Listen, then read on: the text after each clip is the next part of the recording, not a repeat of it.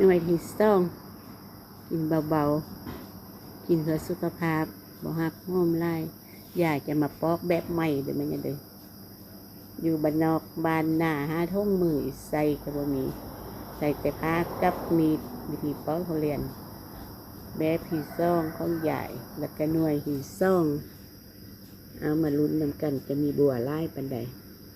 อยากจะพาไปจีบก่อนจีบแต่จงบัวไว้บ่มันทึกบัวเด้อพาไปตามห้อง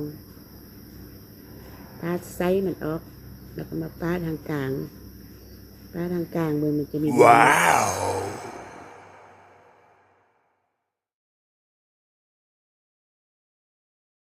สีส้มราคาเพิ่นตีน่ะราคาทึก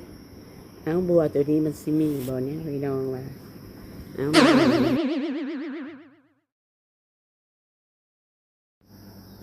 มาลุ้น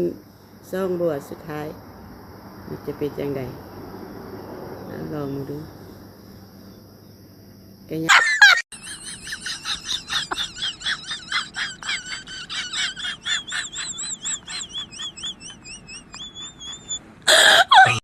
อันนี้แห้งบัวใหญ่ก็โมดูพี่น้องเบิ่งเพิ่นบักตึงเอา